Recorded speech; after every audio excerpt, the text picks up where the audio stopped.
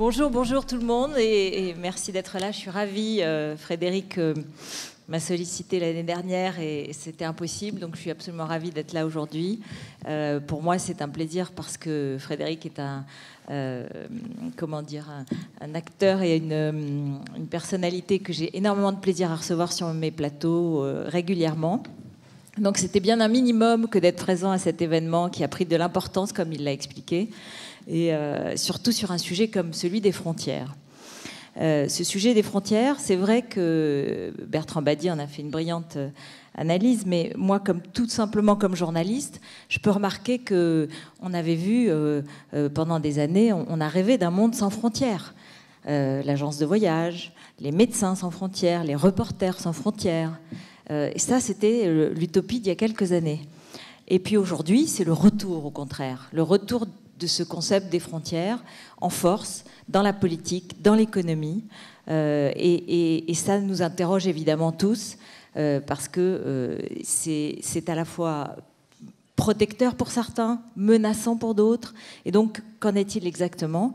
Et on va d'abord commencer cette première table ronde par l'idée que c'est d'abord une représentation. Et je crois que Bertrand Badi l'a largement évoqué. Qu'est-ce que ça veut dire? Pourquoi c'est d'abord une représentation? Est-ce que ça veut dire que c'est virtuel ou au contraire d'abord sorti de l'imaginaire, mais que c'est quand même utile finalement, que c'est utile pour se construire? Autour de moi, les personnalités suivantes. Je commence par Astrid Van Bocke. On l'avait répété, pardon, je suis nulle. Astrid Van Bocke, qui est professeure à Sciences Po Paris et qui aussi, et je le précise quand même, est la traductrice de ce livre magnifique de Retour à Lemberg. Pierre Servant, qui est colonel de réserve, essayiste et consultant, je le fais par ordre. Hugo Billard, donc, qui est professeur de prépa à HEC à Saint-Michel-de-Picpus et qui a travaillé sur des manuels et il va nous expliquer justement comment on enseigne aux élèves aujourd'hui le concept de frontières. Et puis Emmanuel Linco, qui est professeur à l'Institut catholique de Paris, une excellente université, et qui vient de publier un livre sur la Chine. Et je vous précise tout de suite, Chine, une nouvelle puissance culturelle, soft power et sharp power, et qui évoquera justement cette fameuse frontière dont parlait Bertrand Badi, cette ligne qu'il évoquait. Alors, je vous propose de commencer par le commencement, c'est-à-dire comment, avec vous, Hugo Billard, comment on explique la place des frontières dans les programmes scolaires, puisque c'est peut-être là que cela commence pour un esprit qui se forme. Qu'est-ce qu'on dit sur la frontière, comment on la définit et comment on l'enseigne? Tout fonctionne. Bonjour à tous, merci beaucoup de ces petits mots introductifs. Alors la commande passée par Frédéric Ancel était de dire, puisque tu viens diriger un manuel scolaire autour des nouveaux programmes, d'une nouvelle spécialité dans le cadre de la réforme du lycée qui s'appelle Histoire, Géographie, Géopolitique et Sciences politiques. À mon avis, ceux qui ont créé cette matière voulaient également faire plaisir à Bertrand Badi en disant que la géopolitique et les sciences politiques pouvaient travailler ensemble. Cette matière de spécialité pose deux problèmes aujourd'hui à ceux qui ont conçu les programmes, à ceux qui ont conçu les manuels et à ceux qui vont l'enseigner demain. La première, c'est: fait-on de l'histoire, de la géographie, de la géopolitique et des sciences politiques dedans, ou est-ce que c'est une espèce de brouillon de tout ce que les autres matières n'ont pas voulu et n'ont pas réussi à organiser? Et comment est-ce qu'ensuite on rend tout cela pédagogiquement efficace? Et tout l'enjeu d'un constructeur de manuels scolaires, dont j'ai l'honneur d'être pour les éditions Hatier cette année, c'était d'essayer de mettre tout cela en forme. Et donc, je vais commencer tout cela en vous rappelant que nous avons 3 sports nationaux en France. Le premier, c'est de critiquer évidemment et les transports et le climat. Et j'ai aussi fait partie de cette épopée normande d'hier soir qui fait que je suis particulièrement heureux d'être vivant parmi vous ce matin. Le deuxième sport national que nous avons, c'est de critiquer nos équipes de football lorsqu'elles réussissent et de les agonir d'injures lorsqu'elles échouent. Et hier soir, c'était l'inverse, c'est-à-dire que nous avons félicité les filles d'avoir malgré tout extrêmement bien joué jusqu'en quart de finale, ce qui peut permettre quand même de se dire que La troisième forme de sport national que nous avons étant de critiquer l'école et de critiquer les manuels scolaires qui sont eux-mêmes le reflet des programmes qui sont imposés. Je vais tenter, pendant les 12-13 minutes qui me restent, de faire en sorte que les critiques ne soient pas trop vives, même si, je vous rappelle, 1, je ne suis pas le ministre de l'Éducation nationale, 2, ce n'est pas moi qui écris les programmes, 3, en revanche, j'assume totalement tout ce qu'il y a dans cet ouvrage, et là, nous pouvons échanger, notamment autour du concept de frontière. 2 petites allusions. D'abord, une citation du grand géographe suisse Jacques Lévy, « La frontière est une figure de style gagnante de la pensée paresseuse », ce qu'il écrivait dans un dictionnaire d'il y a quelques années. Et lorsqu'on prend une citation comme ça, extraite évidemment d'un de ses nombreux articles, on peut se dire, mais finalement, la frontière, dans la tête de ceux qui l'imaginent, est une représentation facile. Vous avez A, vous avez B, entre les deux, une ligne, n'en parlons plus. Tout ce que Bertrand Badi a dit tout à l'heure montre qu'en réalité, il y a tout sauf une ligne entre les deux et que disparaissent progressivement ces lignes entre les deux, en tout cas dans la perception qu'on s'en fait. Mes étudiants de lycée ou de classe préparatoire ne savent généralement pas ce qu'est une véritable frontière. Ils n'ont jamais passé une frontière militarisée. On leur a rarement demandé une pièce d'identité pour passer d'une frontière à l'autre. Lorsqu'ils vont en Allemagne, en Italie, au Royaume-Uni, ils voient vaguement, pour l'instant en tout cas, quelques militaires ou quelques douaniers les regarder gentiment, mais ça ne va pas beaucoup plus loin que ça. Et donc, si on veut dépasser tout ça, il faut également se dire que la frontière a toujours été un concept remis en cause. L'excellent journaliste américain Ambrose Bierce, dans son excellent Dictionnaire du diable en 1911, avait cette jolie expression, frontière, ça fera plaisir également à Bertrand Badi, ligne imaginaire entre deux nations, séparant les droits imaginaires de l'une des droits imaginaires de l'autre. On est dans un dictionnaire un peu à la Flaubert, évidemment, donc il faut bien imaginer le côté corrosif qu'il peut y avoir derrière. Mais lorsqu'on pense aussi les représentations qui sont celles des élèves lorsqu'ils vont lire un manuel scolaire, il faut aussi partir de ces représentations-là, en disant qu'est-ce qu'ils savent finalement des frontières, qu'est-ce que leurs professeurs savent des frontières, qu'est-ce que l'université pense des frontières, qu'est-ce que la pratique montre des frontières, et finalement comment est-ce qu'on peut, nous, derrière, la mettre en musique. Et donc un manuel scolaire n'est pas un manuel universitaire. Un manuel scolaire ne se veut pas la représentation du monde tel qu'il est absolument, parce qu'il y a un état de l'art à un moment donné par rapport à ceux qui l'ont digéré, et ça ne va pas beaucoup plus loin que ça. Donc il fallait toujours avoir, je vais donner à mes auteurs cette phrase d'Ambrose Bierce en tête, en se disant, attention, dès que nous affirmons quelque chose, est-ce que ce quelque chose est véritable pour tous ou pas? Et s'il n'est pas véritable pour tous, à partir de ce moment-là, il faut aussi réussir à expliquer le point de vue de l'autre, ce qui n'est jamais très simple. Et dernier élément, un extrait de Shakespeare, du roi Jean de Shakespeare, l'Angleterre, ce champ dont la mer est la haie. Et c'est pour bien nous rappeler que derrière la notion de frontière, il y a bien évidemment des frontières culturelles, économiques, tout ce qu'on veut, mais il y a d'abord un paysage, et derrière ce paysage, il y a une représentation visuelle, physique, tangible, et c'est cette représentation-là que la géographie scolaire tente de mettre en avant. Donc là, c'était la partie agréable de l'entretien, puisque maintenant, pendant 12 minutes, je vais faire dans le programme scolaire, donc ça va être beaucoup moins agréable. C'était, voilà, pour dire que vous pourrez m'insulter après. Donc en classe, simplement vous brossez un panel général. Les frontières sont très peu étudiées directement. Vous avez en CM2 quelques petits éléments qui tiennent au déplacement et à la communication via l'Internet. Vous voyez qu'en CM2, la notion de frontière n'est pas étudiée politiquement. On l'étudie par rapport à ce que les élèves peuvent ressentir. Lorsqu'ils utilisent Internet, lorsqu'ils sont sur leurs iPads ou autres, finalement, ils peuvent communiquer avec des gens qui sont au Japon, qui sont aux États-Unis, qui sont ailleurs. La frontière pour eux est totalement virtuelle. Lorsque vous êtes en 6e, on accompagne ça avec un thème de géographie qui s'appelle « Habiter une métropole ». Et là, la question, c'est en réalité celle des frontières économiques, celle des frontières sociales, peut-être parfois celle des frontières de géographie politique, qui vote à gauche, qui vote à droite, qui vote X, qui vote Y. Et vous avez, et c'est tout, en première, dans cette spécialité histoire, géographie, géopolitique, sciences politiques, la définition un petit peu plus précise pour le coup de ce que peut être une frontière, avec une place un petit peu plus importante. Mais je précise quand même, pour éviter qu'un inspecteur général dans la salle puisse me triturer les méninges ensuite, presque tous les programmes interrogent les limites et leur franchissement. Donc les frontières sont présentes partout, mais elles ne sont pas écrites partout. Donc très vite, et là je m'aperçois qu'on ne voit rien, donc je vais simplement vous le dire, dans le programme de première de cette spécialité d'histoire, géographie, géopolitique et sciences politiques, vous avez 5 thèmes. 5 thèmes partagent l'année. Un premier thème sur la démocratie, un second sur les dynamiques des puissances internationales, un troisième sur les frontières, c'est celui qui va nous intéresser, un quatrième sur s'informer, un regard critique sur les sources et modes de communication. Donc les gilets jaunes et les complotistes font partie du programme. Et un cinquième thème, pardon, tiens, tac, est-ce que ça marche? Oui. Un cinquième thème sur analyser les relations entre État et religion. Donc là, ce sera peut-être l'objet des 25e conférences de Trouville-sur-Mer. Thème 3, et c'est celui qui nous intéresse, c'est étudier les divisions politiques du monde à travers les frontières.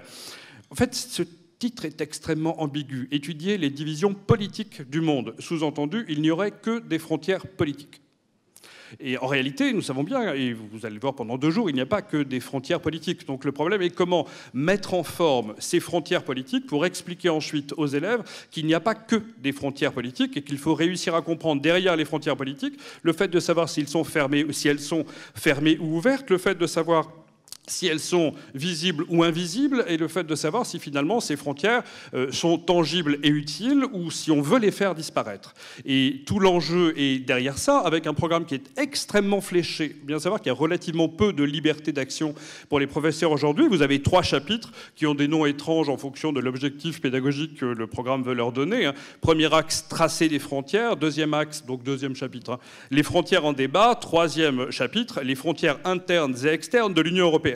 Et vous avez à chaque fois, je ne sais pas si on voit très bien tout en haut, le détail donné par le programme, tracer les frontières, approche géopolitique. Je vais vous les montrer rapidement tout à l'heure. Vous avez 3 axes qui sont donnés et qui reflètent, qui complètent ce qui a été dit tout à l'heure. Pour se protéger, le limes rhénan, à l'époque de l'Empire romain, qu'est-ce que c'est qu'un limes? Est-ce que c'est une frontière ligne? Est-ce que c'est une frontière zone? Est-ce que c'est un espace large? Est-ce que c'est un espace mouvant en permanence? Qu'est-ce que c'est que ça? Deuxième étude de cas qui est demandée pour se partager des territoires, la conférence de Berlin de 1884-1885 et le partage de l'Afrique. Et là, la question qui se pose est le fait de savoir non pas seulement quelles ont été les intentions de ceux qui l'ont tracé, mais quel a été l'effet sur le terrain. Et effectivement, les États qui naissent au détour des années 1950-1960 veulent absolument éviter les conflits de frontières entre eux, donc acceptent cela en 1963, ont renouvelé le fait que ces frontières étaient intangibles en 2001. À partir de ce moment-là, il n'y a quasiment plus de frontières aux frontières politiques. C'est ce que vous a bien dit Bertrand Badi tout à l'heure. Et juste 3e exemple, et ensuite je vais vous montrer un petit peu de quoi il s'agit, pour séparer 2 systèmes politiques, la frontière entre les 2 Corées. Donc cette frontière tracée à Panmunjom en juillet 1953 sépare effectivement 2 systèmes politiques différents. Est-ce que pour autant la frontière existe vraiment? C'est une frontière militaire, mais est-ce qu'elle existe dans les consciences? Probablement de plus en plus. Est-ce qu'elle existe dans la volonté de la faire exploser, d'en faire autre chose? Ça, le président Trump est en train, ces jours-ci, manifestement, il veut rencontrer le président de la Corée du Nord dans cette ligne démilitarisée dans les heures qui viennent. Donc nous aurons encore des images de cette question de frontières politiques et géopolitiques. Juste vous montrer, rentrons dans le vif du sujet là-dessus, on peut entrer là-dedans par l'histoire. Et vous avez ici une photographie qui, et j'en suis très fier, n'a jamais été publiée dans un manuel scolaire européen. C'était ma grande joie du manuel. Vous avez ici une photographie particulière qui montre le président sud-coréen Park Geun-hye en 1964, qui est à Berlin-Ouest et qui regarde le mur a déjà, bien évidemment, en grande partie été construit, mais qui regarde cette zone militarisée qui sépare Berlin-Ouest et Berlin-Est. Donc il y a un côté particulièrement symbolique ici de la frontière et surtout ce substrat continental, cette comparaison possible entre la frontière coréenne d'un côté et la frontière allemande de l'autre. Et on a ici l'idée d'une frontière barrière. Il n'y a pas de passage possible de l'un à l'autre. On est dans un type de frontière donnée qui est une frontière militarisée, qui est une frontière fermée, qui sépare des groupes idéologiques particuliers, qui sont eux-mêmes issus de conflits. Donc ça, c'est la définition classique de la frontière en effet de guerre. Vous avez celle-là. Et puis, vous avez une autre image possible. Et là, on peut entrer par les sciences politiques et par la géographie. Vous avez cette frontière, l'image est assez forte, une image de 2017, une frontière fermée contre les migrants entre la Grèce et la Macédoine du Nord. Et vous voyez cet espace assez large. Alors ici, on a pris une photographie qui correspond juste à une simple route qui a été militarisée de part et d'autre pour empêcher les migrants de passer entre la Macédoine du Nord et la Grèce. Vous avez des espaces qui ne sont pas militarisés parce qu'ils sont impossibles à faire. On est dans des zones de moyenne montagne. Et donc là, vous avez une frontière qui a l'air d'être une frontière barrière, qui est en fait une frontière interface parce qu'il y a un passage légal possible. Vous avez un passeport, vous avez un visa, vous avez le droit de passer cette frontière-là. Et donc quand on les compare, on se rend compte que vous avez finalement ces deux frontières et qu'elles sont issues de l'histoire d'un côté ou issues des circonstances de l'autre.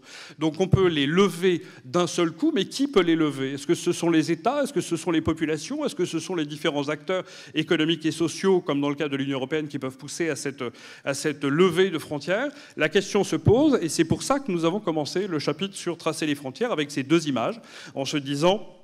il faut que je fasse attention parce qu'il me reste 3 minutes, en se disant, finalement, pour les élèves, rentrer dans les frontières, c'est rentrer d'abord dans la question du tracé, en se disant, qui fixe les frontières ? Qui les trace? Pourquoi est-ce qu'on les trace? À quel moment est-ce qu'on le fait? Et qu'est-ce que ça signifie derrière de ce qu'est véritablement une frontière? Est-ce qu'une frontière est une ligne? Est-ce qu'une frontière est une zone? Est-ce qu'une frontière est une barrière qu'on ouvre et qu'on ferme en fonction de considérations légales? Est-ce qu'une frontière peut être rendue invisible par le fait d'en enlever toute apparence, passer la frontière belge? Vous ne savez pas que la frontière était là. On le sait éventuellement parce qu'on voit les noms écrits en flamand et en wallon de l'autre côté, mais c'est à peu près tout. C'est ce qui différencie le côté français du côté belge, ça ne va pas beaucoup plus loin que ça. Et donc, définir ce qu'est la frontière pour les élèves n'a rien de simple. D'abord parce qu'ils en ont jamais véritablement vu, et c'est heureux de ce point de vue-là qu'ils n'aient jamais vécu dans un système qui soit un système corrosif, j'allais dire. De l'autre côté, il faut leur montrer ce que c'est et à quoi sert une frontière, parce que les frontières sont nécessaires pour l'affirmation des États, elles sont nécessaires pour l'affirmation des puissances collectives, elles sont également nécessaire lorsqu'un groupe veut se séparer d'un autre. Je ne dis pas nécessaire dans le sens légitime, ce n'est pas ce cas-là. Elles sont vécues comme étant nécessaires par les acteurs qui les créent et rendues ensuite innécessaires, si j'ose dire, par d'autres acteurs un petit peu plus tard. Comme il me reste cette fois 1 minute, je vais simplement vous montrer 2-3 bricoles derrière tout cela. C'était une allusion à ce que Bertrand Badi disait tout à l'heure autour du limes rhénan. Pour se protéger, l'Empire romain avait créé cette ligne militarisée extrêmement floue, mais lorsque vous regardez le détail de cette carte que nous avons créée, vous voyez que les petits points, ce sont les petits points en ligne, là, ce sont les frontières qui ont été reconstituées à partir des restes archéologiques des petits fortins romain, et vous voyez que la frontière a extrêmement bougé entre le 2e et le 4e siècle, sur finalement une bonne centaine de kilomètres. À partir de ce moment-là, on n'est plus du tout dans le cadre d'une frontière ordinaire, on est soit dans le cadre, comme Dino Buzzati le racontait dans la frontière, dans le désert des Tartares, soit dans l'idée que finalement les confins sont là, les Romains regardent les barbares sont dans un univers indéfini, on ne sait pas très bien, et donc la frontière est absolument pas fixable et très difficile à fixer. C'est moi qui fixe la frontière parce que je suis du bon côté. Les autres, ce sont les barbares, ceux qui ne parlent pas comme moi. En réalité, il y a un mélange extrêmement fort à cette frontière, et donc les frontières ne sont pas si fermées que ça. Elles sont aussi des lieux d'échange permanents. Finalement, les Gallo-Romains, c'est quoi si ce n'est pas le mélange de ces différentes populations? Pas à cette échelle-là, mais plutôt dans le sud du territoire.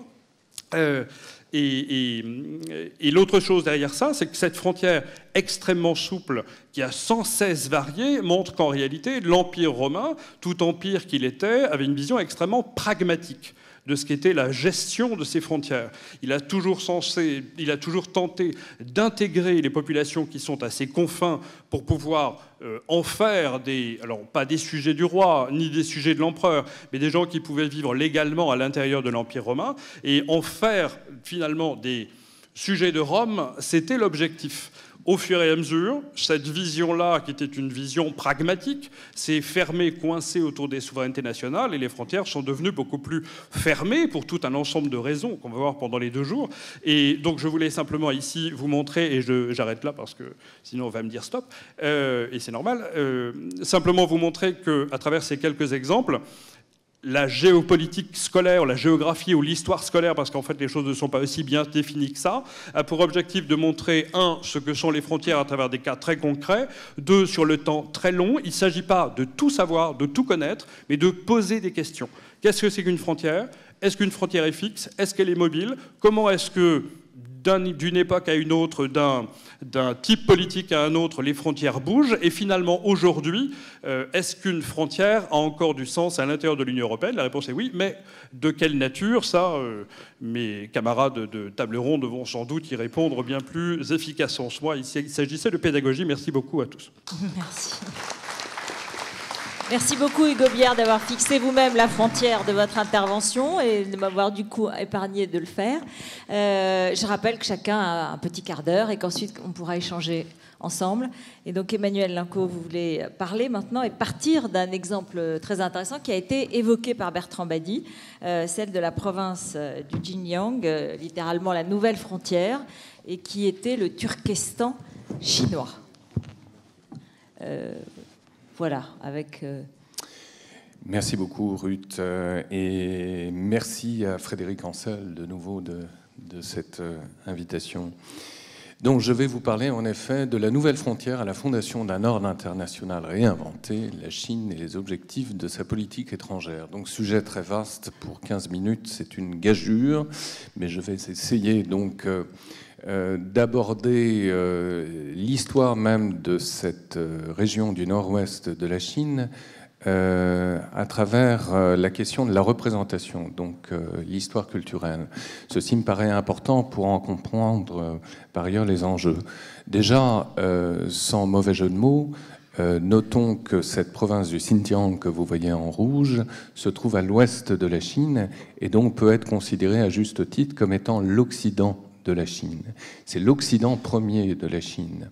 Ceci me paraît important parce que, pour qui s'intéresse aux routes de la soie sur la longue durée, toutes les religions que l'on sait qui ont été introduites dans l'espace chinois sont considérées dans l'imaginaire culturel et politique chinois par ailleurs comme étant des religions occidentales.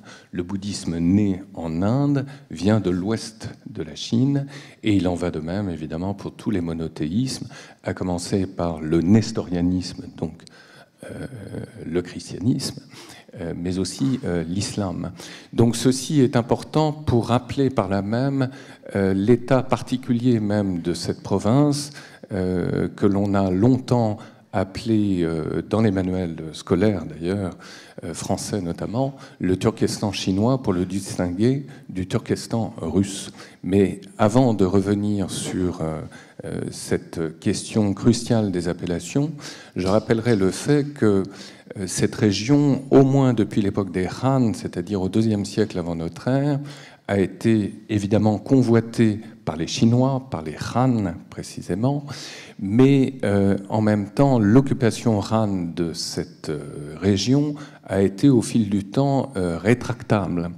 Il ne faut pas imaginer une occupation pérenne de cette vaste région, et il faut surtout rappeler que cette région se trouve géographiquement à l'extérieur même de la Grande Muraille.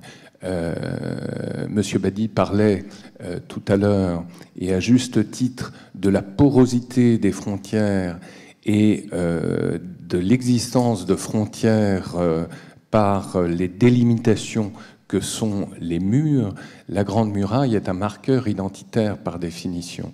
Et l'établissement même, la signification même d'un limes qui n'a jamais cessé, au fil des dynasties impériales qu'a connues l'histoire de la Chine, d'être en permanence reconstruit. Et le Xinjiang se trouve à l'ouest, précisément, de ce limes, comme un prolongement naturel de cette grande muraille, puisque cette vaste région, rappelons-le, est, je dirais, inhospitalière d'un point de vue du climat. Elle est aux 3/4 occupée par le désert du Taklamakan et le désert de Gobi. Pourquoi rappeler tout cela? Parce que finalement, les Chinois, un peu comme les Grecs d'ailleurs, sont les héritiers de toute une typologie qui demeure extrêmement prégnante dans l'imaginaire culturel et politique chinois, entre les Chinois sédentaires, dépositaires d'une culture de l'écrit, et les barbares, ceux qui littéralement vivent en dehors des longs murs. C'est d'ailleurs ainsi, en tout cas par extrapolation, qu'en chinois moderne, donc aujourd'hui encore, en mandarin, l'on désigne littéralement l'étranger. L'étranger vit littéralement en dehors des longs murs. Le Weiguozhen, quand vous allez à l'aéroport de Pékin, vous avez un canal Weiguozhen. Et donc, littéralement, étymologiquement, ces caractères désignent ceux qui vivent en dehors, encore une fois, des longs murs. Alors, comme je le disais, sur le temps long, cet espace a été convoité à plusieurs reprises, avec des périodes longues souvent de retrait de la présence militaire chinoise.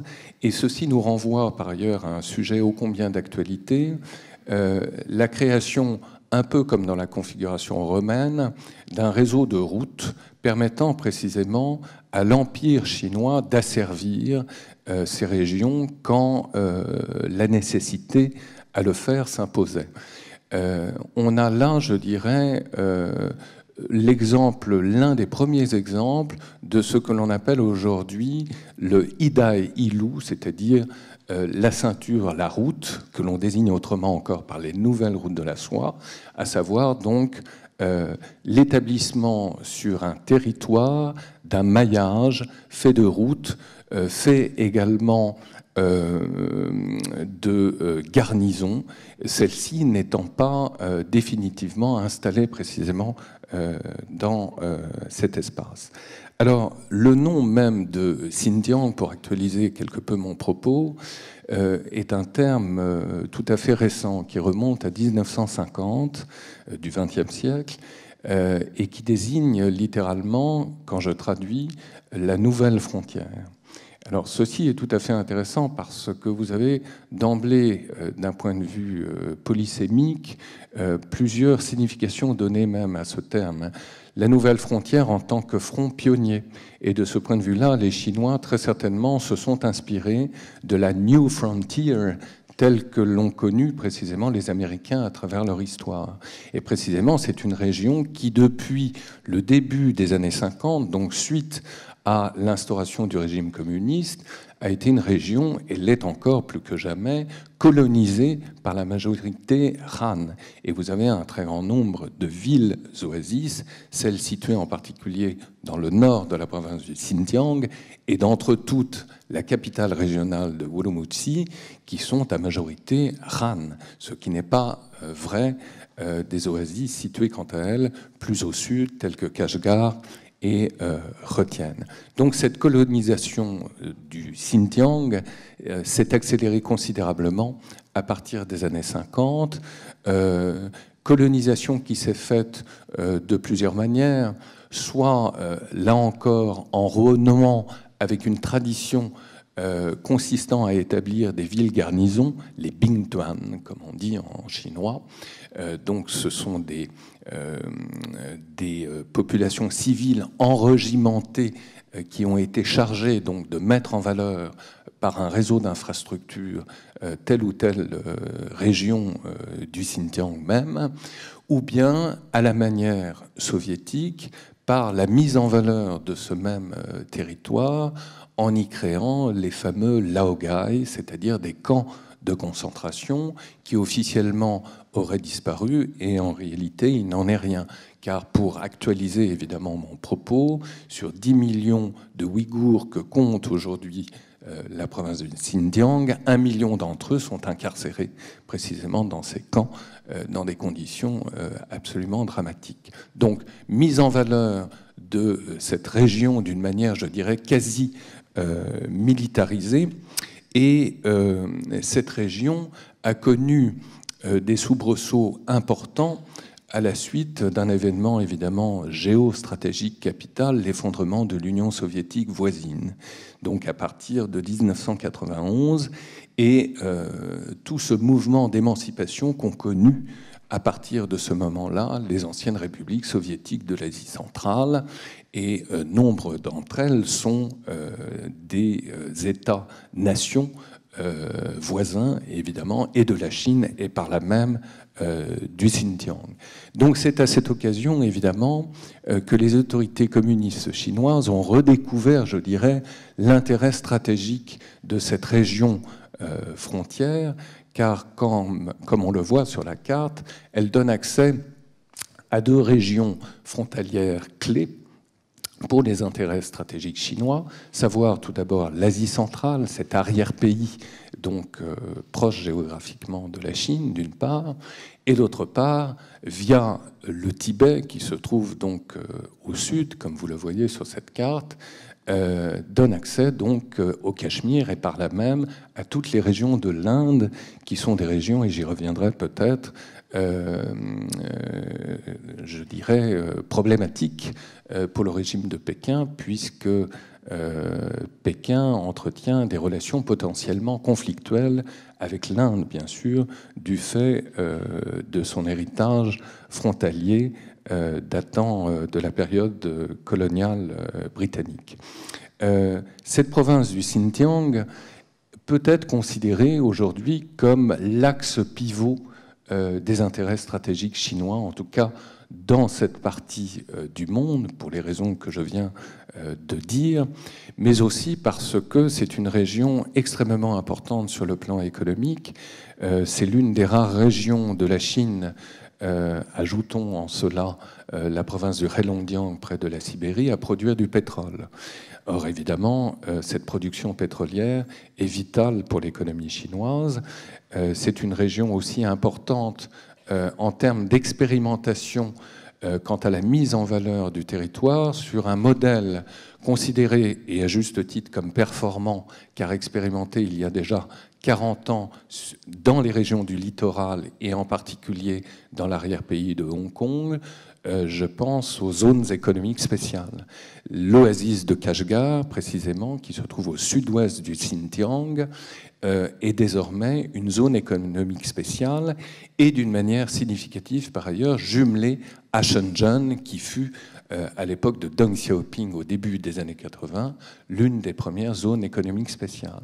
Donc le Xinjiang devient de fait une sorte de hub international, une voie de passage absolument capitale, parce que dans le projet assigné par le président chinois Xi Jinping depuis 2013 et son fameux discours fondateur prononcé à Astana, autrement appelé aujourd'hui capitale du Kazakhstan, et annonçant par là même le lancement du projet des nouvelles routes de la soie, eh bien, le Xinjiang est la région de passage obligée pour tout le réseau ferroviaire qui relie donc les villes situées plus au sud que sont Chunxin, plus grande capitale du monde avec ses 34 millions d'habitants, rappelons-le, Chengdu ou Wuhan, à des villes beaucoup plus situées à l'ouest, telles que Duisbourg en Allemagne. Donc le contrôle à tout point de vue du Xinjiang s'avère évidemment vital. Rappelons par là même, mais cela pourra faire l'objet de discussions sur le plan géopolitique, que cette région du Xinjiang, comme je le disais, est une région aux trois quarts recouvert d'un immense désert dont le nom est lui-même un nom à programme, le Taklamakan ou Taklamakan en langue ouïghour, qui signifie littéralement le lieu où l'on entre sans jamais en sortir. Et pour cause, vous avez là les amplitudes thermiques les plus importantes du globe. Il fait 60 le jour et moins 30 la nuit. Ce n'est pas le fait du hasard si jusqu'en 1995, ce ne sont pas les températures françaises, hein. Jusqu'en 1995, donc les Chinois ont procédé à des essais nucléaires dans la partie méridionale du Taklamakan, autrement dit le lobe nord. Donc, région particulièrement importante de ce point de vue-là, qui est une sorte de région archipeldique. Vous avez en fait des archipels que constituent ces oasis entourés justement d'un désert. Et la configuration du Xinjiang s'apparente fort à celle du sud de la mer de Chine, avec autant de contentieux, évidemment, en l'occurrence insulaires, qui opposent la Chine à ses voisins. Et donc, là où je voulais en venir, c'est que d'un point de vue des enjeux géopolitiques, la Chine se trouve confrontée à un problème identique à la fois sur son plan, sur son flanc oriental, mais aussi sur son flanc occidental. Bon. L'une des dernières choses sur laquelle je souhaiterais insister, c'est le fait que cette région, évidemment, est mise à mal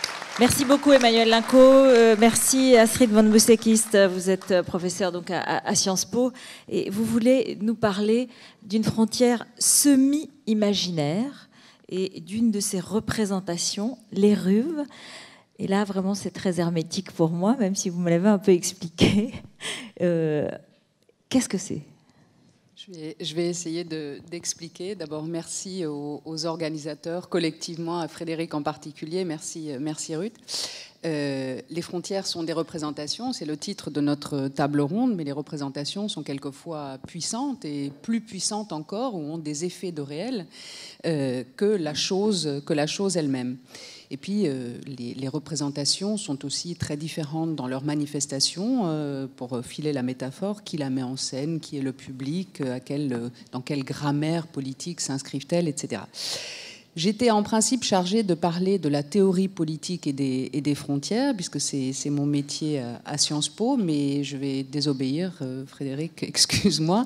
Ça aurait été trop long d'abord, sans doute un peu lassant, donc je me suis dit que j'allais parler d'une frontière un peu particulière et vous raconter une histoire, parce que cette frontière particulière met en scène un certain nombre de problèmes que nous avons déjà évoqués ici, la distinction entre le visible et l'invisible, le matériel, l'immatériel, par exemple, mais aussi, peut-être plus important encore, la distinction ou la confusion entre espace et territoire. Alors, imaginez qu'un groupe construise un mur autour du casino de Trouville, un mur qui existe, mais qui ne serait fait que de passages et de portes, qui serait pratiquement invisible, qui ne changerait rien à la perspective urbaine, qui serait construit gratuitement par quelques individus seulement, mais qui serait un mur privé élevé sur le territoire public de la ville de Trouville-sur-Mer. Il ne protège pas les gens qui sont à l'intérieur, il n'abrite pas de ceux qui sont à l'extérieur, mais pour la minorité qui l'a construit, ce mur est extrêmement précieux. Ce mur, comme l'a dit Ruth, s'appelle un érouve. Il est construit par un groupe religieux, les Juifs orthodoxes. Son importance est évidemment liée à l'observance des préceptes religieux, même si le mur lui-même n'est pas un objet religieux. Il existe partout, alors qu'on ne le remarque pas. Il y en a plus de 500 en Amérique du Nord, il y en a une centaine en Angleterre, et il y a un mur de ce type, presque invisible donc, à Strasbourg, en France, oui, car c'est le régime concordataire où ce genre de choses est tout à fait possible. Alors qu'est-ce que c'est cette chose-là ? C'est donc un mur presque immatériel, comme je le disais tout à l'heure, qui délimite une zone publique et la transforme en espace privé, en tout cas pour les juifs rabbiniques. Et il permet de faire un certain nombre de choses interdites habituellement le jour du Shabbat, les interdits principaux. Par exemple, porter des livres, de la nourriture, pousser un fauteuil roulant, une voiture d'enfant, mais aussi transférer des objets. Ça fait partie des interdits essentiels. On n'a pas le droit de transférer pendant 25 heures des objets d'un espace privé vers un espace public. Un espace privé, c'est à la fois le domicile, mais aussi la synagogue. Mais l'espace public, c'est ce qui entoure ces deux entités domestiques. Donc aller de la maison à la synagogue, par exemple, en transportant un enfant, un fauteuil roulant ou de la nourriture, ou une clé, par exemple, symboliquement, est tout à fait interdit. L'érouve étend donc, par des fils presque invisibles, la zone domestique privée à une zone plus large et la transforme symboliquement en communauté de maisons. Donc elle mélange deux espaces et crée un troisième espace hybride entre le public et le privé, si vous voulez, et qui est régi pour ceux de la communauté, pour les juifs rabbiniques, comme je disais tout à l'heure, il est régi par une autre loi qui ne correspond évidemment pas à celle de la loi publique, celle qui régit les territoires et les espaces publics. Alors comment ça marche dans la loi juive ?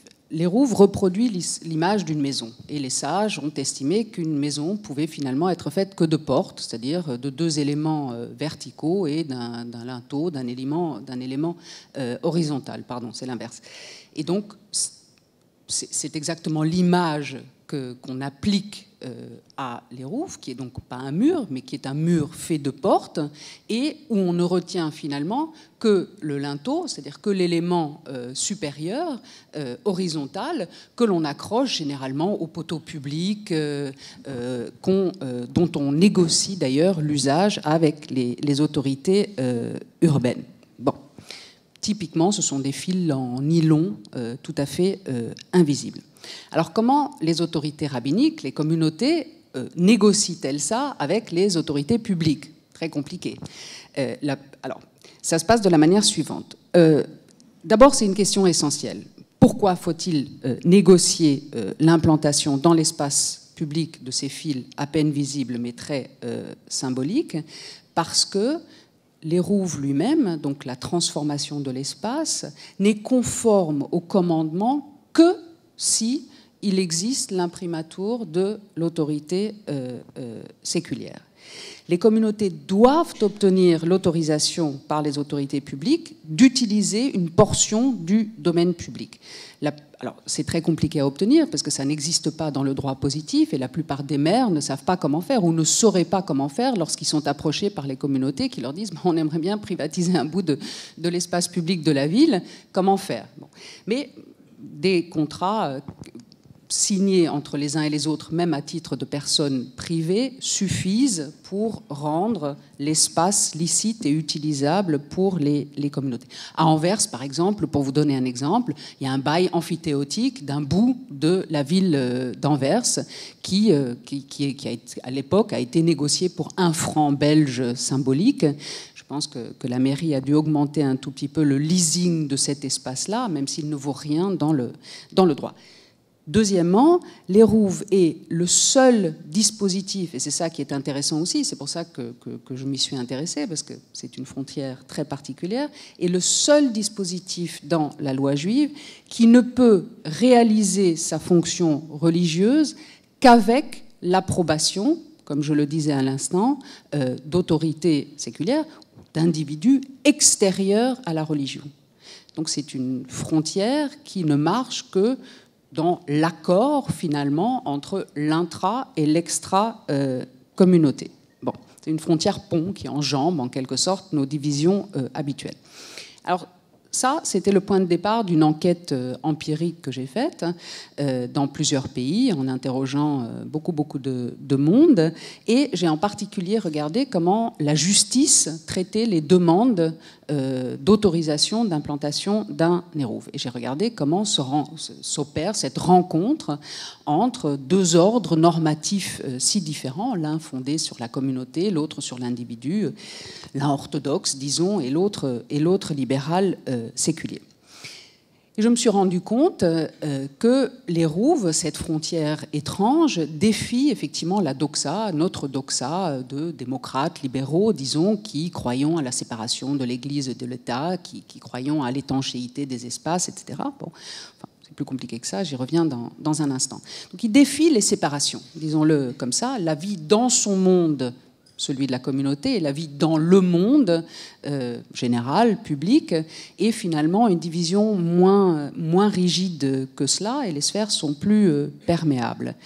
La notion d'espace public n'est pas univoque pour les uns et les autres, mais surtout, troisièmement, regarder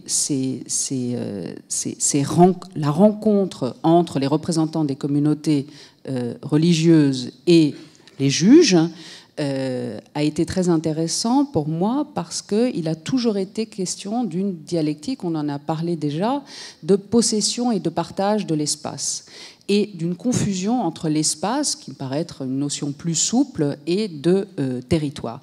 Je dois dire, avant de vous raconter quelques résultats de cette enquête, que la justice, dans tous les cas, absolument tous, a autorisé l'implantation d'un Hérouve, partout, que ce soit à New York, à Chicago, à Strasbourg, il n'y a même pas eu de dispute, mais partout où il y a eu dispute, il y a eu autorisation. Et d'autre part, je dois dire aussi qu'il ne s'agissait nullement de dispute entre juifs et non-juifs, mais que une grande partie des communautés juives étaient également contre lorsqu'il y avait dispute, l'installation d'un héros.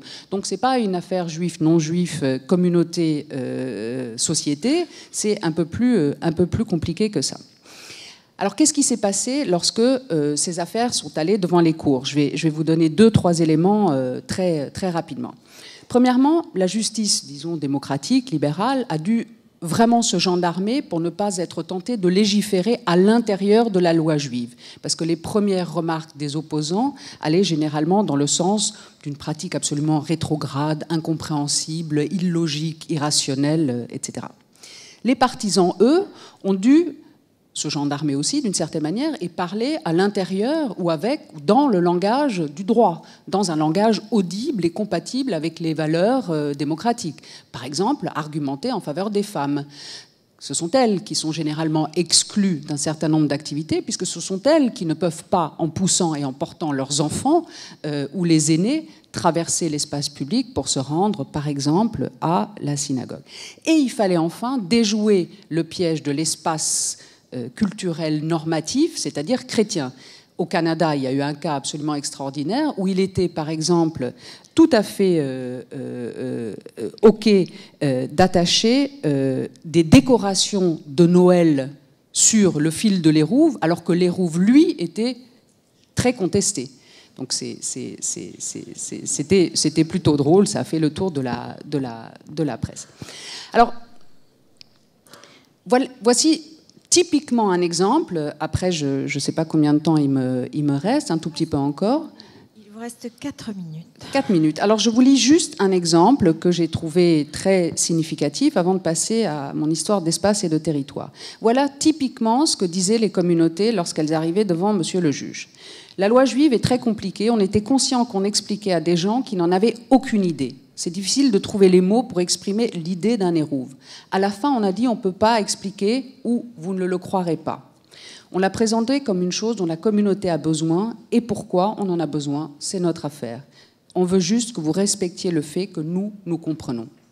C'était la très mauvaise stratégie. En général, ça n'a pas marché.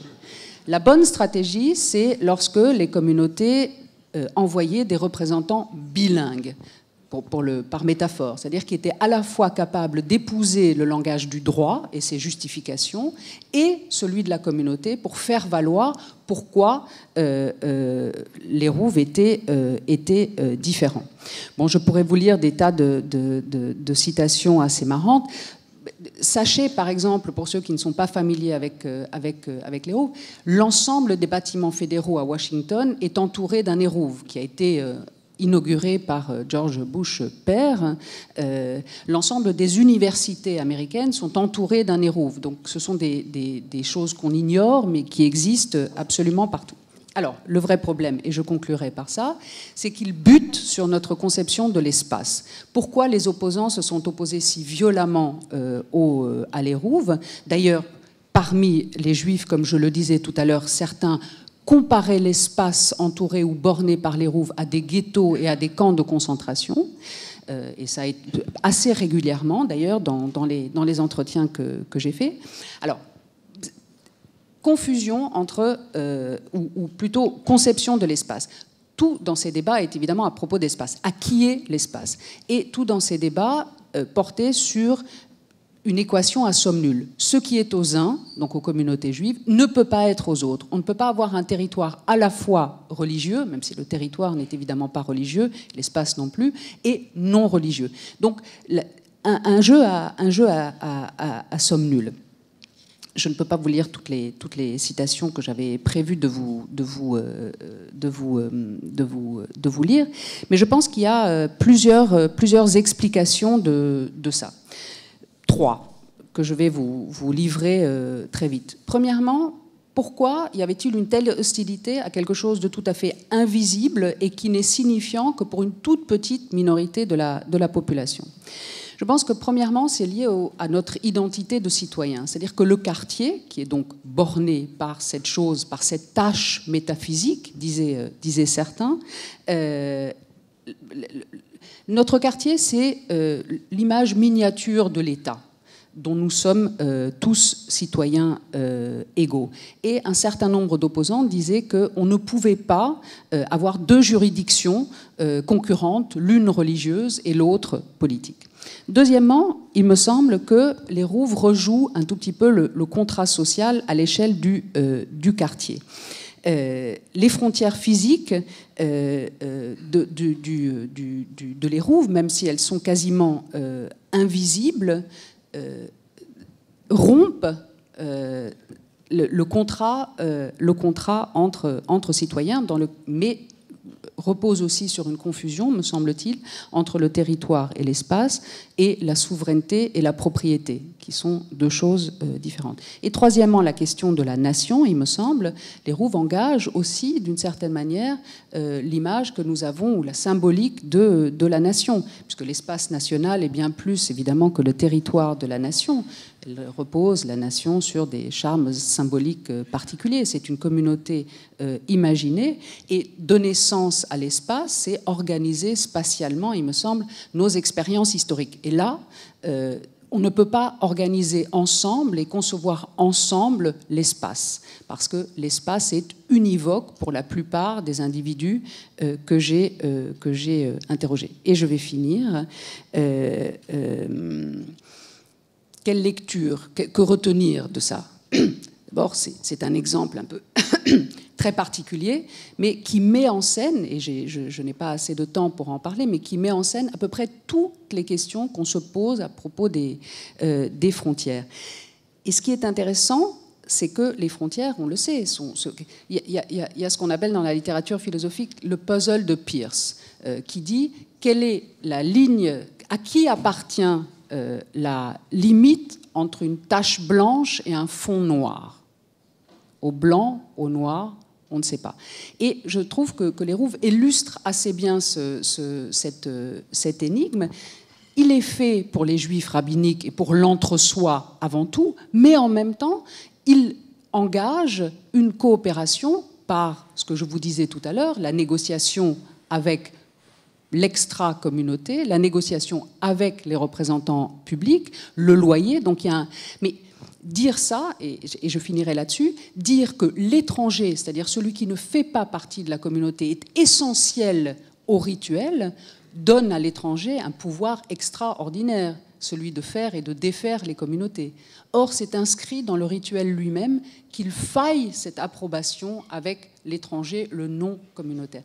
Et c'est là où réside, d'une certaine manière, la beauté de cette frontière particulière qui est d'emblée faite pour faire pont. Voilà, je m'arrête là. Bravo, bravo. Merci. Effectivement, ça nous plonge tous dans une grande perplexité et ça pose aussi les questions de la laïcité, ça pose les questions, j'imagine, de beaucoup qui seront peut-être évoquées. Avec Pierre, je serai beaucoup plus à l'aise parce qu'on va revenir sur l'actualité. Et avec ce retour du tribalisme auquel on assiste dans les différentes questions d'actualité, dans les différents retours des frontières, y compris virtuelles, que vous avez étudiés comme, à la fois comme militaire, comme essayiste, comme spécialiste des questions militaires. Pierre. Merci. Bonjour à tous. Monsieur le maire, merci encore une fois de votre accueil. Frédéric, on l'a déjà dit, mais bravo, merci pour ce très beau thème. Matérialisation, dématérialisation de la frontière, on vient d'en parler, Astrid l'a évoqué. Donc je vais partager avec vous deux souvenirs personnels, je vais tenter un point d'analyse illustré par trois exemples, et s'il me reste du temps, j'aurai un mot de conclusion. Le premier souvenir personnel, c'est quelques mois après la chute du mur de Berlin. Je suis journaliste au service étranger du Monde et je pars dans les anciennes démocraties populaires pour rencontrer les nouvelles équipes dirigeantes, pour voir dans quel état d'esprit ils sont dans cette mutation absolument incroyable après l'effondrement du bloc soviétique. À cette époque, au Monde, on pouvait partir encore 3 semaines, 1 mois, faire des très longs reportages. Et en revenant, on avait de la place dans le journal pour faire des séries de papiers qui étaient numérotés. C'était une autre époque. Ce journal reste quand même un excellent journal par ailleurs. Bon, je vous fais court. Je me retrouve à Budapest avec des ministres de nouvelles équipes. Très frappant, les ministres, ils ont soit 25 ans, soit 85 ans. Hein, c'est-à-dire que toute la génération intermédiaire mouillée avec le communisme a été écartée. Donc on a le grand-père et le petit-fils. Donc c'est assez intéressant comme choc générationnel. Mon point n'est pas celui-ci, c'est que très rapidement dans l'échange, d'abord il m'agresse en tant que journaliste français, représentant d'une puissance, la France, qui a contribué au fait de dépecer l'Empire austro-hongrois après la Première Guerre mondiale, avec une perte absolument épouvantable à leurs yeux, celle de la Transylvanie, devenue roumaine, avec donc des minorités hongroises se retrouvant de l'autre côté de la frontière. Très frappant. Alors je retrouverai ça notamment dans les Balkans, mais il m'en parle comme si ça s'était passé la veille. C'est là où on touche du doigt vraiment le rapport à l'histoire, qui n'est pas du tout le même entre nous, à l'ouest, passons notre temps à défaire les frontières, et cette histoire congelée à l'est qu'on a repris en pleine figure et qu'on va reprendre avec l'ex-Yougoslavie, l'éclatement de l'ex-Yougoslavie. Mais donc, il m'attaque là-dessus, et je suis ressorti de l'entretien en me disant « Waouh, c'est quand même très chaud, ils sont prêts à refaire la guerre pour reprendre les provinces perdues ». Un an après, je reviens au même endroit, je rencontre les mêmes interlocuteurs, et là, miracle, état d'esprit plus du tout le même. Ils me disent, nous voulons entrer dans l'Union européenne, dans la communauté européenne, d'abord parce que c'est notre famille, dont nous avons été séparés pendant très longtemps, mais surtout parce que la construction européenne, c'est l'effacement des frontières. Et donc nous retrouverons par la paix, l'économique, le développement, nos frères perdus, sans avoir à faire la guerre et sans avoir à ériger de nouvelles frontières. J'ai trouvé ça extrêmement intéressant et ça m'a conforté, si c'était nécessaire, dans mes convictions pro-Europe, pro-Union européenne, parce qu'il y avait là une offre de l'Union européenne de dématérialiser, de passer à un autre niveau extrêmement subtil et qui était un facteur de paix. Malheureusement, Routel-Krief l'a dit, d'une façon mondiale, nous n'en sommes plus là. Second exemple, qui pourra vous sembler anecdotique mais qui ne l'est pas. Je me retrouve quelques années plus tard, puisqu'en fait j'ai deux vies parallèles, là comme officier servant en Bosnie-Herzégovine sous un commandement de l'OTAN. C'était l'IFOR ou la SFOR, parce que en fait c'était deux périodes de l'OTAN.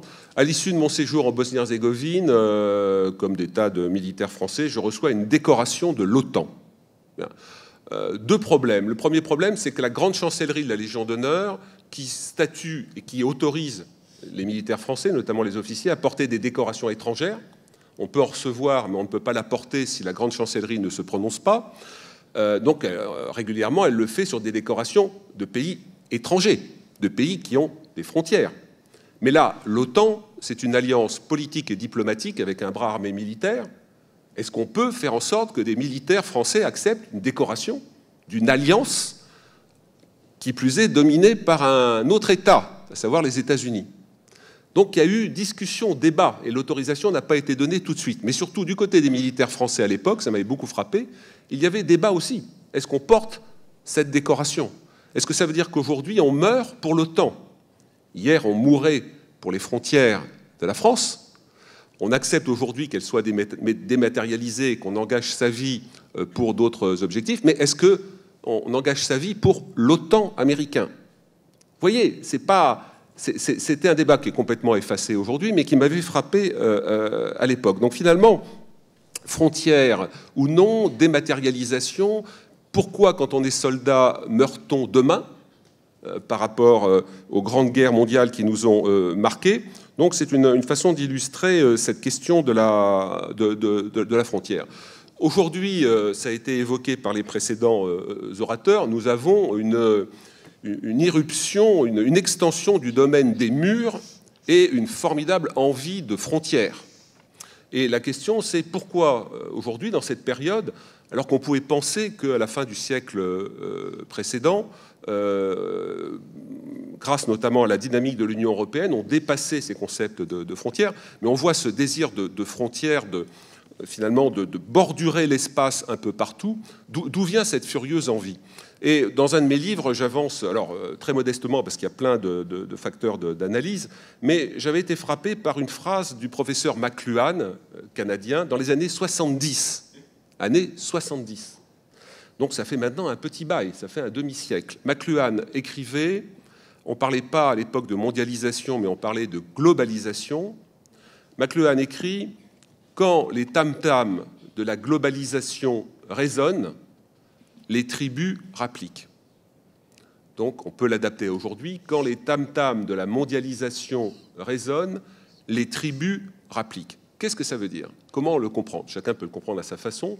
Moi, je l'ai compris avec l'idée que, finalement, plus vous êtes dans un open space mondial, sans frontières, grâce notamment à la révolution numérique, la virtualisation, etc., eh bien, ça provoque des vertiges populaires. Vous avez des parties de population qui sont pris de vertige parce qu'ils ont le sentiment d'être dans un grand tout, un grand vide, avec une question existentielle et une demande de réassurance identitaire. Mais je suis quoi dans ce vaste espace? Et pour fréquenter parfois des open space, des vrais dans le monde de l'entreprise, où je vais faire des conférences, je suis très frappé de voir que certains, dans les open space, essayent de rebâtir des frontières. Donc une pile de livres, quelques bouteilles. Donc comme si dans ce grand tout, l'être humain avait absolument besoin de se réassurer en créant un dedans-dehors. Dedans-dehors. Et le problème, c'est que les tribus, à mon sens, sont de retour. Nous assistons à une tribalisation du monde, avec un besoin de figures tyranniques, de personnages qui vont représenter des chefs de tribus, qui vont réassurer, qui vont redonner de l'identité, mais de l'identité contre. En vous disant, voilà, America First, il y a les Américains, et puis pour bien comprendre qui est dedans-dehors, on va faire un mur, avec ces ploucs de Mexicains, voleurs, machin, etc. J'avais fait le compte, au bout de quelques semaines de la présidence Trump, sachant qu'un Trump, ça trompe énormément, enfin bon, mais bon, au bout de quelques semaines, Trump avait insulté à peu près 28 pays. Alors, en fait, il se moquait totalement des pays qu'il insultait. Ce n'était pas ça l'objectif, c'était réassurer son clan, sa tribu. En ce sens, c'est une régression majeure de la civilisation, et c'est un vrai combat aujourd'hui, combat pour faire face à cette envie de frontières, cette envie de dedans-dehors, qui se traduit souvent par une envie d'en découdre avec ceux qui n'appartiennent pas au groupe et à la tribu. Donc c'est un formidable retour, finalement, aux clanismes ancestraux qui ont été le début de la structuration de l'humanité, des êtres humains, de nos ancêtres, sachant que nous sommes la créature la plus vulnérable dans la nature, puisqu'on est très très mal doté, on ne vole pas, on ne nage pas, on a des peaux d'une fragilité absolument extraordinaire. On a un seul truc, c'est le cerveau. Sinon, pour le reste, on est vraiment, nos ancêtres à la préhistoire étaient complètement paumés quand ils se retrouvaient face à des mammouths ou à des animaux beaucoup plus puissants. Et donc, à ces époques-là, la construction, la protection du clan se faisait par identité, par consanguinité, et tout ce qui était dehors représentait ce que les Romains appelleront les barbares plus tard, donc, qui était une menace, avant que progressivement on arrive à construire des liens, de la négociation entre les différents groupes. Il y a longtemps, je suis allé en Syrie, avant malheureusement les drames de Syrie, je suis allé sur des chantiers de fouilles où on exhumait des tablettes avec de l'écriture cunéiforme, 4000 ans avant Jésus-Christ, 4000 ans avant Jésus-Christ. Et il y avait notamment là, j'ai pu assister à l'exhumation d'une bibliothèque municipale, puisque c'était ces contrats qui étaient passés entre citoyens étaient détenus dans l'enceinte publique. Et donc, il y avait toutes ces tablettes que Daesh a largement vendues pour financer son État islamique. Et il y avait notamment des contrats d'eau où un tel acceptait d'échanger de l'eau contre du bétail. Alors, ça paraissait anecdotique, sauf que quelques décennies avant cet accord, ils s'entretuaient. Parce que c'était clan contre clan. Et là, c'est le début de la civilisation. On passe contrat, on passe compromis. malheureusement, cette dimension-là est un peu en perte de vitesse aujourd'hui. 3 exemples de cette reconstruction tribale, psychologique, territoriale. La Catalogne et le Kurdistan irakien. Alors, est-ce que ce sont des phénomènes simplement sécessionnistes? Est-ce que ça recrée une frontière ou pas? En tout cas, les 2 événements m'ont beaucoup frappé. Je les ai analysés et décortiqués, puisqu'ils sont nés pratiquement au même moment. Kurdistan irakien, l'Irak vient à peine de détruire l'État islamique qu'une partie du territoire veut faire sécession, mettre la main sur le Grisby, le pétrole, et se séparer du reste du pays. Ça s'est très mal terminé, Bagdad s'est fâché, a envoyé des troupes, mais volonté sécessionniste, volonté de rebâtir une frontière et de faire un dedans-dehors. La Catalogne, encore plus frappant pour moi, compte tenu du degré de violence, alors violence policière ou relativement maîtrisée, heureusement, mais la violence verbale a été absolument incroyable sur les réseaux sociaux au sein des mêmes familles. Au sein d'une famille partagée entre ceux qui étaient favorables à la sécession ou pas, on s'envoyait on disait pas, écoute, tu as tort parce que, voilà, etc. Non, on se disait, je vais envoyer une équipe pour te violer. Dans les familles. Bon, et là, c'est un exemple que je vous donne, mais cette violence verbale atteignait un niveau incroyable. Vous savez que Freud a défini le passage à la civilisation le jour où l'homme, au lieu d'envoyer un caillou à la tête de son antagoniste, lui a envoyé une insulte. Donc c'était une dématérialisation de la violence. Donc première étape de la civilisation, en espérant que le coup d'après, c'est la négociation et le compromis.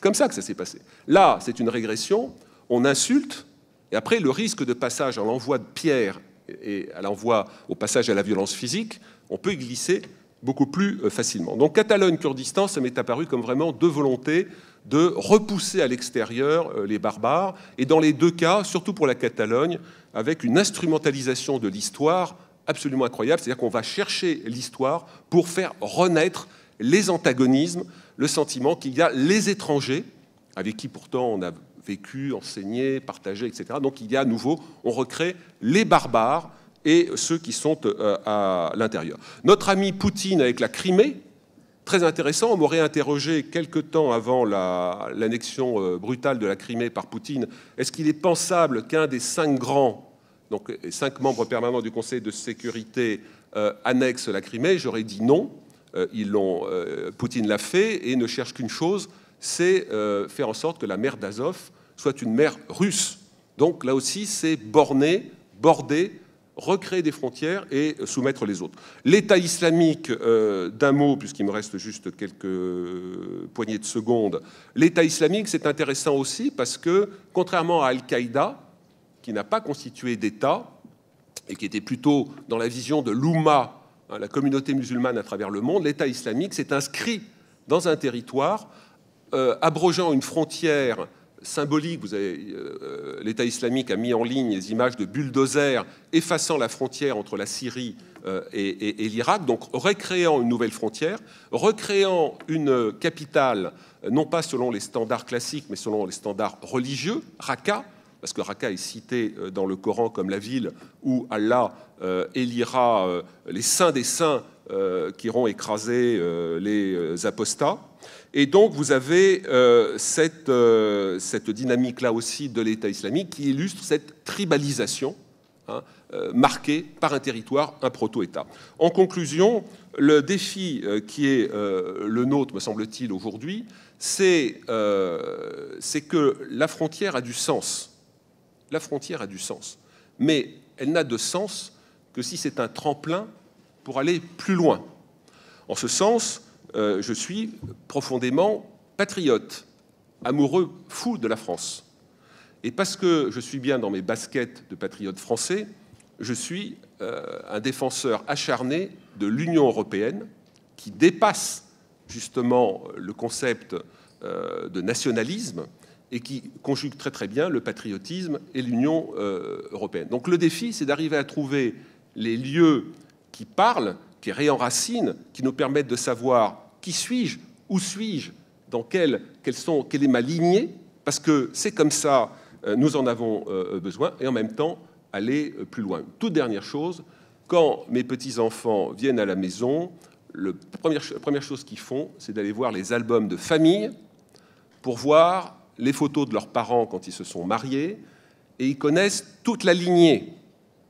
Et cette sécurité-là, familiale, d'enracinement, dans la culture française, etc., c'est cela, j'en suis convaincu, qui leur permettra d'être des hommes et des femmes de l'ouverture, non pas de la bordure. Merci.